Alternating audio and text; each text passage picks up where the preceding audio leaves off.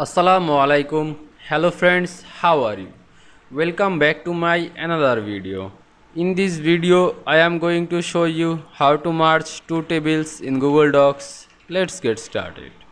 At first, you have to open your Chrome browser.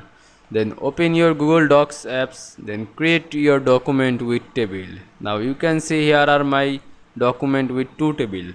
Now I merge these two tables in this document in Google Docs. At first you have to select this last table to drag on your mouse. Then press Ctrl X to cut on this table. Now press last bottom cell on this first table and press Ctrl V. Press Ctrl V to paste this second cutted table. Now you can see I merged two tables in Google Docs very easily. I hope you enjoyed my video. Please like, comment, share and subscribe my channel. Thanks for watching.